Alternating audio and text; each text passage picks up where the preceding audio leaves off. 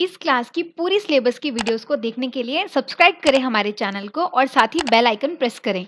Welcome to Marsh Academy. My name is Sonal Verma and today we will discuss the second part of 7th class first chapter. The name of the chapter is environment. बेटा last class में हम लोग पढ़ चुके थे what is environment and the components of environment. हमने एक brief study कर ली थी हमने environment के बारे में, components of environment. ठीक है, मैंने आपको जैसे बताया था कि नेक्स्ट क्लास में हम डिस्कस करेंगे detailed study about the components of environment plus natural environments and the human environment. Okay.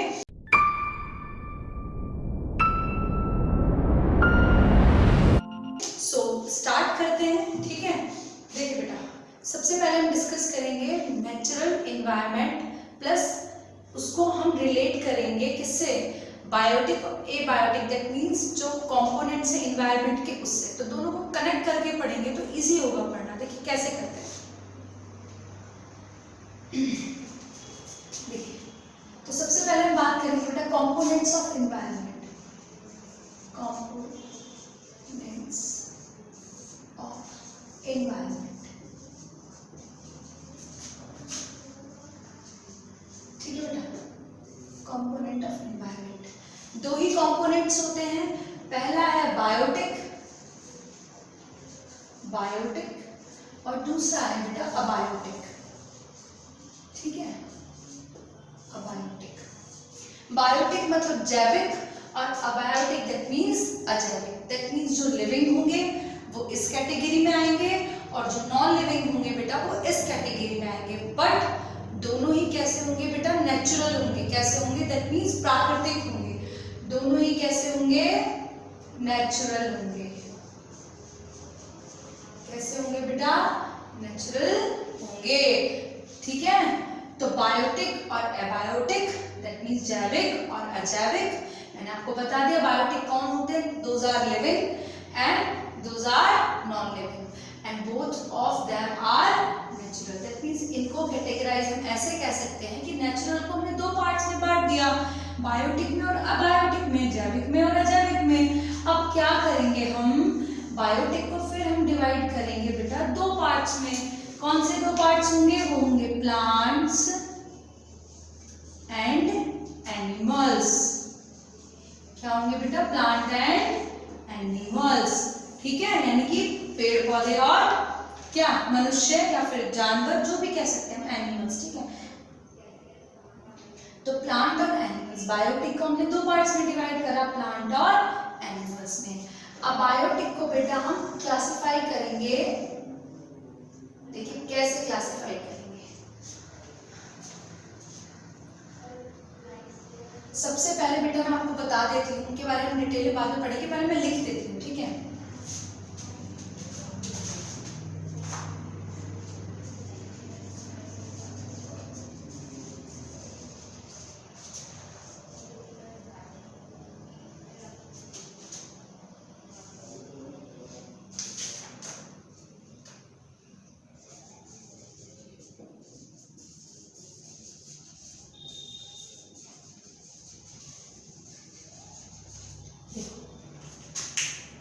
Hydrosphere, lithosphere and atmosphere, ठीक है। यानी कि क्या, हाइड्रो बेटा, हाइड्रो का मतलब होता है वाटर, पानी।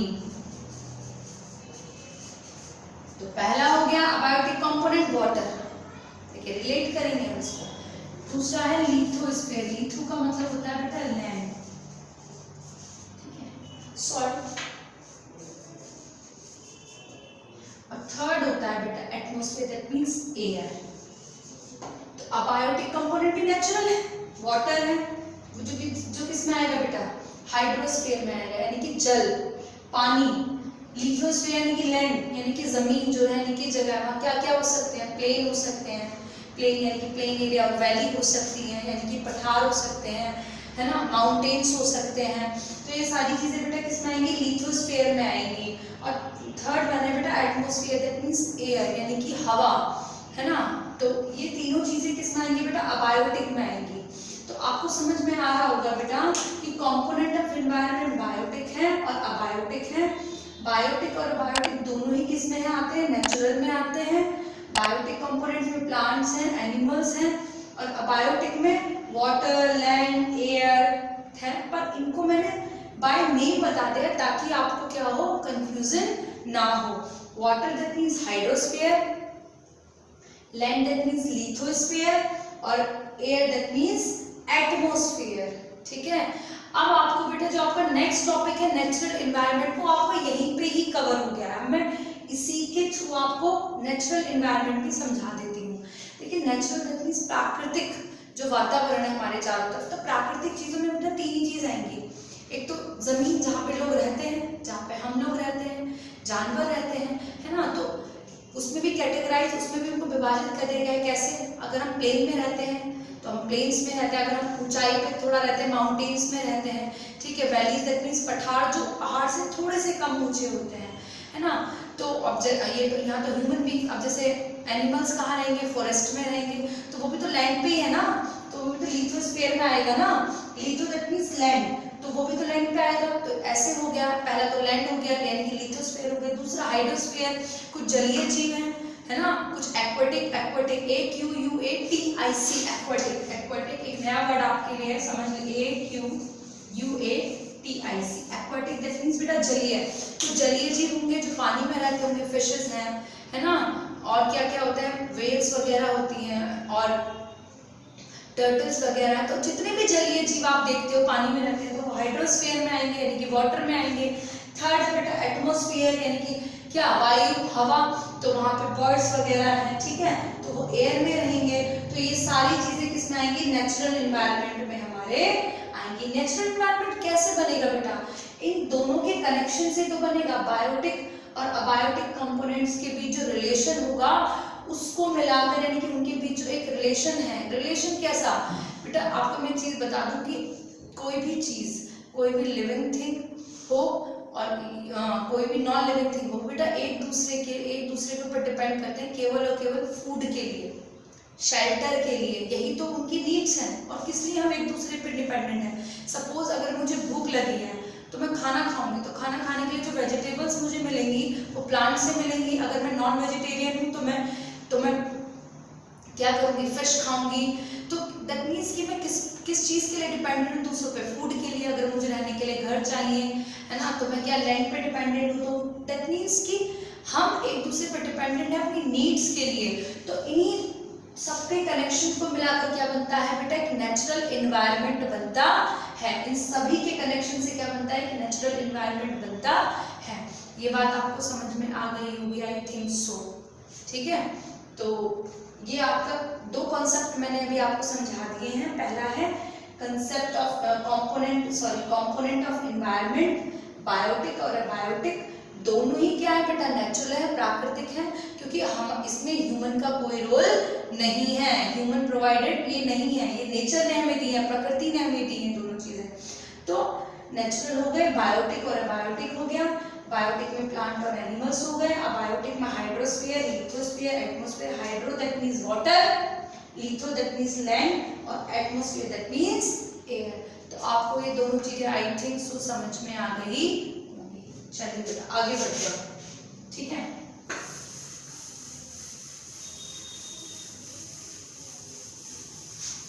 अब आप लोगों को क्या काम करना है बेटा, आप लोगों को एक काम करना है कि आप लोगों को हाइड्रोस्फीयर, लिथोस्फीयर और एटमॉस्फेयर के एग्जाम्पल्स मुझे बताने हैं।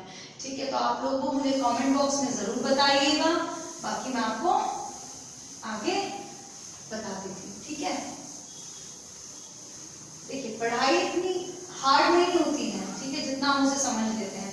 चीजों को समझना ज्यादा जरूरी है एज कम्पेयर टू उन्हें रटने की। पहले समझिए चीजों को, अच्छे से सुनिए। जब टीचर क्लास में बताता है तो उसकी बातों को सुनना बहुत जरूरी होता है, तो उसको सुनिए पहले ध्यान से, उसके बाद आप लिखिए उसको या आपको जो भी करना है, क्योंकि सुनना बहुत जरूरी है। ठीक है, तो ध्यान से सुनिए, चीजों को प्रैक्टिकली लीजिए, अपने आसपास की चीजों से रिलेट करिए। आप जितना रिलेट करेंगे उतना ही किताबी ज्ञान आपके लिए क्या बन जाएगा, प्रैक्टिकल नॉलेज बन जाएगा। आप जो भी पढ़ते हैं तो अपने आसपास की चीजों से उसे रिलेट करिए, क्योंकि ये सारी चीजें हमारे आसपास ही हो रही है ना। तो ठीक है, आगे बढ़ते हैं। ओके, सो हमारा नेक्स्ट टॉपिक है बेटा इकोसिस्टम। इकोसिस्टम क्या है बेटा? इकोसिस्टम देखिए समझ लेते हैं पहले इकोसिस्टम क्या है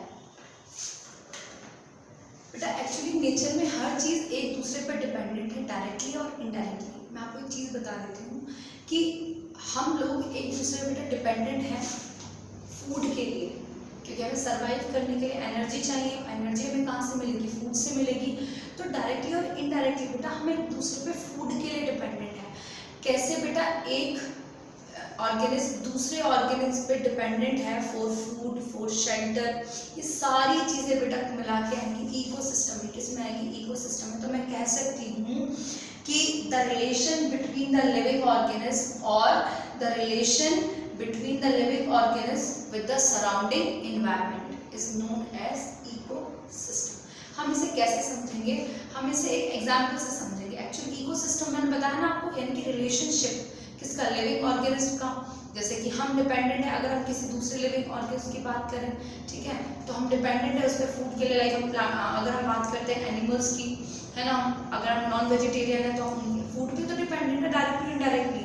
तो कैसे बेटा एक इकोसिस्टम क्रिएट होता है? बहुत सारे इकोसिस्टम होते हैं, जैसे कि लैंड इकोसिस्टम होता है कि जमीन पे लोग अगर जमीन पे अगर हैं तो कैसे वो रह रहे हैं, एक दूसरे पे कैसे डिपेंडेंट है ना। एक्वाटिक इकोसिस्टम है, वाटर इकोसिस्टम है, ग्रासलैंड इकोसिस्टम है, बहुत सारे इकोसिस्टम ऐसे हैं। पर मैं आपको एक एग्जांपल से बता दूंगी और आपको वो समझ में आ जाएगा। देखो किसी भी इकोसिस्टम में बेटा दो चीजें होती है। पहली चीज है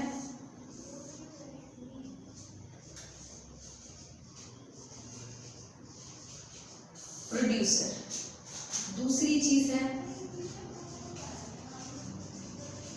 कंज्यूमर्स। प्रोड्यूसर दैट मीन्स जो प्रोड्यूस करता है, चीजों को बनाता है, ठीक है, वो कहलाता है हमारा प्रोड्यूसर। दूसरा होता है बेटा कंज्यूम, दैट मीन्स जो उसे कंज्यूम करता है, जो उसका यूज करता है, उसको बोलते हैं बेटा कंज्यूमर। फॉर एग्जाम्पल, और बेटा किसी भी इकोसिस्टम में प्रोड्यूसर होते हैं हमेशा प्लांट। क्या होता है बेटा? क्योंकि प्लांट्स किसी पे डिपेंडेंट नहीं होते हैं फूड के लिए, वो अपना खाना खुद बनाते हैं। तभी तो उन्हें क्या कौन सी प्रोसेस होती है प्लांट्स में जिसके थ्रू वो खाना बनाते हैं? कौन सी प्रोसेस होती है? होती है बेटा फोटोसिंथेसिस। देखो बहुत सारी चीजें एक दूसरे से इंटरकनेक्टेड हैं।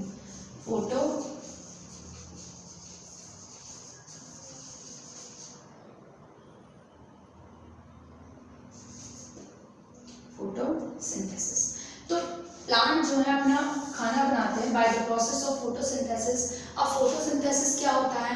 तो प्लांट्स जो है बेटा सनलाइट की प्रेजेंस में bye using CO2 from the atmosphere, from the air, minerals from land, water from land and in the presence of chlorophyll, ठीक है, वो क्या करते हैं बेटा अपना खाना खुद बनाते हैं।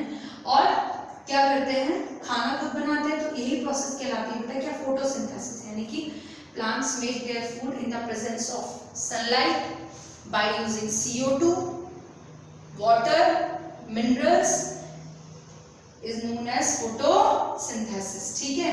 इसमें क्लोरोफिल का बहुत बड़ा यूज है। क्लोरोफिल क्या है बेटा? एक पिगमेंट है जो ग्रीन कलर का होता है और जो केवल प्लांट के ग्रीन पार्ट्स में होता है। तो जहाँ ग्रीन पार्ट होता है प्लांट का, वहीं ये प्रोसेस होती है। और कहाँ होती है बेटा? मैक्सिमम ये लीव्स में होती है। तब तो लीव्स को क्या बोलते हैं? किचन ऑफ द प्लांट बोलते हैं। दैट मींस खाना कहाँ बनता है प्लांट्स का? लीव्स में। तो प्रोड्यूसर ऑलवेज कौन होते हैं? प्लांट्स। क्यों कर रहे हैं उन्हें प्रोड्यूसर? क्योंकि वो अपने खाने के लिए दूसरों पर डिपेंडेंट नहीं है, वो अपना खाना खुद बना रहे हैं by the process of photosynthesis. दूसरी चीज आती है बेटा कंज्यूमर्स। प्लांट्स को छोड़कर जितने भी होंगे वो सारे के सारे क्या होंगे? कंज्यूमर होंगे। देखो एग्जांपल, सबसे पहले हम बात करते हैं प्लांट। कोई भी एक, उसको खाया बेटा रैबिट ने। किसने खाया? रैबिट ने। रैबिट को किसने खाया बेटा? रैबिट को अगर हम बात करते हैं, अगर रैबिट को खा लिया किसने? सपोज स्नेक ने खा लिया, ठीक है, स्नेक, ठीक है, स्नेक को किसने खाया? स्नेक को फॉक्स ने खा लिया, ठीक है, फॉक्स को किसने खाया? लॉयन ने खा लिया, ठीक है। तो इस तरीके से तो एक चेन बन गई। तो यानी कि plants producers, rabbit, snake, fox, lion, ये सारे के सारे क्या हुए बेटा? कंज्यूमर्स हुए। दैट मींस ये देखो अपना खाना खुद तो नहीं बना रहे ना, रैबिट ने अपना खाना खुद नहीं बनाया, उसने प्लांट से लिया, स्नेक ने रैबिट से लिया, फॉक्स ने स्नेक को खाया, लॉयन ने फॉक्स को खाया। दैट मींस ये एक दूसरे पे क्या है, डिपेंडेंट है, पर ये किसी पे भी डिपेंडेंट नहीं। डिपेंडेंट मतलब एक आश्रित नहीं है, ये अपना खाना खुद बना रहा है easily by the process of photosynthesis. इसलिए क्या हुआ बेटा, ये प्रोड्यूसर हुआ।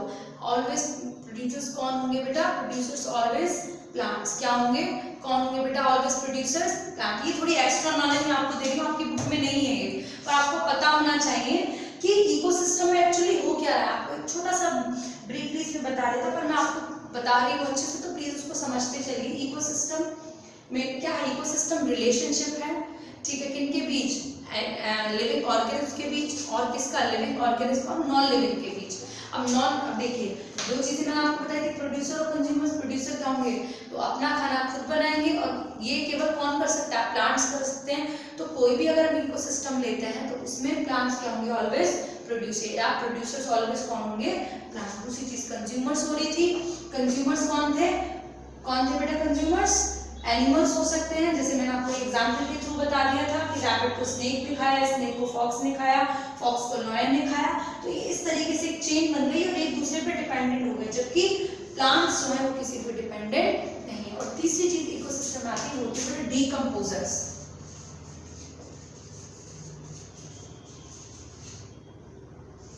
डीकम्पोजर्स जैसे कि बैक्टीरिया, यानी कि सूक्ष्म जीव। बैक्टीरिया हो गए, ये क्या करते हैं बेटा, मान लीजिए कि कोई इनमें से कोई भी एक, किसी की भी डेथ हो गई है, मतलब किसी भी यहाँ पे किसी भी लेवल पे किसी की भी डेथ हो गई, मान लीजिए सपोज दैट लॉयन की डेथ हो गई है। अब लॉयन की डेथ हो गई तो क्या होगा बेटा, वो लैंड पे ऐसे ही पड़ा रहेगा। तो ये जो काम करते हैं डीकम्पोजर, ये बैक्टीरिया क्या काम करते हैं बेटा, इस डेड बॉडी को छोटे छोटे स्मॉल पार्टिकल्स में क्या कर देती है, डिवाइड करके सॉइल में ही क्या कर देती है, मिला देती है, ताकि जितने भी मिनरल्स हैं वो सारे के सारे कहाँ पहुंच जाए, सॉइल में पहुंच जाए। यानी कि जितने भी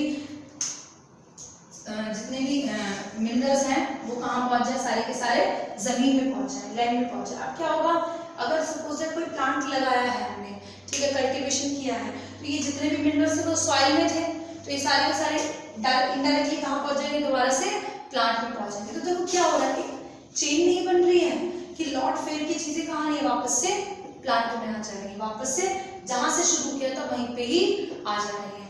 तो ये पूरा का पूरा बेटा क्या बनता है, इकोसिस्टम बन जाता है। ये मैं आपको बताने की कोशिश कर रही थी। अगर आपको कोई भी डाउट है तो आप मुझसे पूछ सकते हैं, कमेंट बॉक्स में लिख दीजिएगा, मैं वहां से जरूर दूंगी, ठीक है। तो ये एक इकोसिस्टम है, मैंने ये एक चेन बनाई है, आप लोग भी एक चेन बनाइएगा कि कौन किसको खाता है ना, कौन किसको खाता है, कौन किसको खाता है, ठीक है। देखो ये ये तो प्रोड्यूसर हो गया प्लांट, ये तो प्रोड्यूसर हो गया। रैबिट क्या होगा, कंज्यूमर है, पर ये कैसा, पहला कंज्यूमर है ना, पहले प्लांट को पहले ये खा रहा है ना, तो पहला कंज्यूमर है, तो उसको बोलेंगे प्राइमरी कंज्यूमर। ये दूसरा है तो इसको बोलेंगे सेकेंडरी कंज्यूमर, और ये तीसरा इसको बोलेंगे टर्शरी कंज्यूमर। और इसे ये तो फिर क्या हो गया, सबसे ऊपर हो गया, तो प्राइमरी, सेकेंडरी, टर्शरी और क्वार्टरली जो भी बोल सकते हैं। तो इस तरीके से कंज्यूमर्स ये हो जाते हैं। और एंड में क्या बेटा, डीकम्पोजर्स, इनको हर लेवल पे डीकम्पोजर हो सकते हैं, यानी कि हर लेवल पे डेथ तो सबकी होगी एक ना एक दिन, तो डीकम्पोजर तो हर लेवल पे होंगे। जब इनको ये इनकी डेथ हो जाएगी तो वैसे ये मिट्टी में क्या हो जाएंगे, मिल जाएंगे। इनको डीकम्पोज यानी कि बैक्टीरिया क्या होंगे, स्मॉल पार्टिकल्स में तोड़ देंगे, बस उसके बाद ये फिर से जमीन में पहुंच जाएंगे, वहां से मिनरल्स डायरेक्टली कहाँ पहुंच जाएंगे, प्लांट्स में पहुंच जाएंगे बाय द सॉइल, फिर एक चेन बननी शुरू हो। तो ये हुआ बेटा हमारा इकोसिस्टम। तो अब आप बात करते हैं बेटा ह्यूमन एनवायरनमेंट की। लास्ट टॉपिक जो बचा है इस चैप्टर का वो बच रहा है ह्यूमन एनवायरनमेंट। ज्यादा टाइम नहीं दूंगी आप लोगों का। ह्यूमन एनवायरनमेंट, देखिए एक एक चीज को समझते हुए चलिए बेटा, बहुत टफ नहीं है, क्योंकि आपसे रिलेट करता है, आपके आसपास के एटमॉस्फेयर, आपके आसपास के सराउंडिंग से रिलेट करता है चैप्टर, तो बहुत ज्यादा टफ नहीं होने वाला है। तो ध्यान से समझिए ह्यूमन एनवायरनमेंट।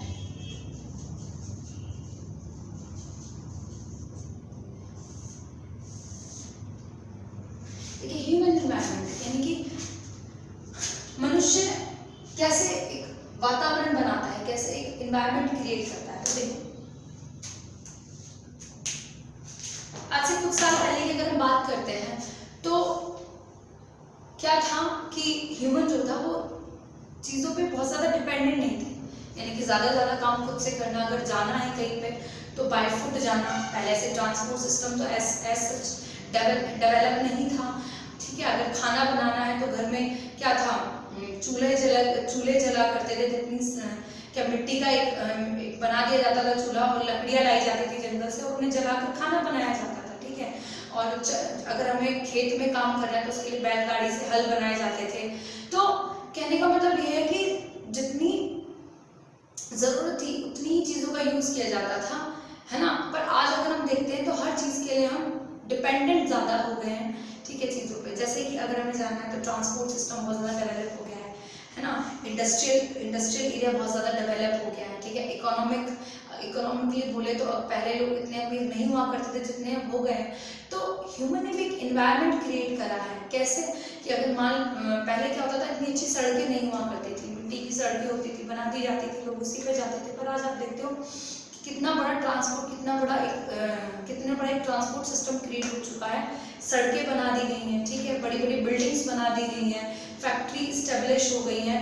तो ह्यूमन कैसे इन्वायरमेंट के साथ मॉडिफाई कर रहा है, तो ये चीज़ कहलाती है ह्यूमन इन्वायरमेंट। दैट मीन्स कि मनुष्य जो वातावरण क्रिएट कर रहा है नेचर के साथ मिलकर, ये नेचर को मॉडिफाई करके जंगलों को काट दिया जा रहा है, वहाँ इंडस्ट्रियलाइजेशन हो रहा है। हालांकि इससे विकास होगा, डेवलपमेंट होगी, पर क्या हो रहा है, नेचर पे तो इसका नेगेटिव इफेक्ट पड़ रहा है ना। कैसे पड़ रहा है, अब प्लांट्स अगर काट दिए जाएंगे तो ऑक्सीजन उनके रेस्पिरेशन से हमें मिलती है, तो वो कहाँ से आएगी। हमें ऑक्सीजन चाहिए सांस लेने के लिए, ब्रीथ करने के लिए, तो वो कहाँ से आएगी। तो कहने का मतलब ये है कि जितना पॉजिटिव इफेक्ट पड़ रहा है, क्योंकि डेवलपमेंट हो रहा है, विकास हो रहा है, उसके साथ साथ नेचर पे तो उसका नेगेटिव इफेक्ट बहुत ज़्यादा पड़ रहा है ना। तो हमें करना क्या है बेटा, चीज़ों को करना है, पर एक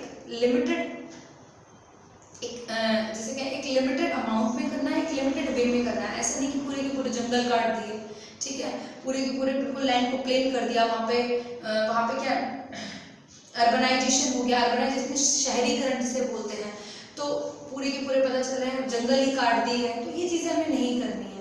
नेचर के साथ उतना ही खेलना है जितना नेचर को नुकसान ना पहुंच सके, ठीक है। तो ये एक ह्यूमन एनवायरनमेंट है। दैट मीन्स ह्यूमन जो एक वातावरण बनाता है, जिसको मॉडिफाई करके, नेचर को मॉडिफाई का मतलब उसमें तोड़ मरोड़ करके, ठीक है ना। तो ये होता है हमारा ह्यूमन एनवायरनमेंट जो हम बना रहे हैं। आप लोग देखते रहते हो अपने आसपास की, अभी तो वही बहुत बड़ा पूरा प्लेन लैंड था, कुछ दिन बाद देखो बहुत बड़ी बिल्डिंग खड़ी होगी, वहाँ लोग रह रहे हैं। तो ये चीज़ ह्यूमन एनवायरनमेंट कहलाती है, ठीक है। आई थिंक सो आपको ये चैप्टर समझ में आया होगा। और अगर आपको कोई भी डाउट है बेटा तो प्लीज़ आप मुझसे कमेंट बॉक्स में पूछ सकते हैं। तीसरी चीज़, इस चैप्टर के क्वेश्चन आंसर्स बेटा आपको इस वीडियो के लिंक नीचे डिस्क्रिप्शन में लिंक में दे दिए जाएंगे। हिंदी और इंग्लिश दोनों में ही होंगे क्वेश्चन आंसर, ताकि हिंदी मीडियम और इंग्लिश मीडियम दोनों के बच्चे इजीली इसको समझ सकें, ठीक है। एक चीज़ मैं आपको बता देती हूँ, अभी कुछ दिन पहले वर्ल्ड एनवायरनमेंट डे गया था, ठीक है, 5 जून को गया था। उसकी इस बार की थीम क्या थी वो मैं आपको डिस्क्रिप्शन बॉक्स में नीचे दे दूँगी, ठीक है। बट आपको क्या करना है, फाइंड करना है और मुझे कमेंट बॉक्स में बताना है, ठीक है। तो आज के लिए बस इतना ही है, चैप्टर कंप्लीट होता है। और हाँ बेटा प्लीज़ पढ़ते रहिए, स्कूल बंद हुए हैं बेटा, ठीक है, पढ़ना बंद नहीं हुआ हम लोग को, तो पढ़ते रहिए, अच्छे से करते रहिए, और क्या करिए, रोज ग्रो करिए, कुछ नया सीखिए और मुझे भी बताइए, ओके। तो थैंक यू सो मच बेटा।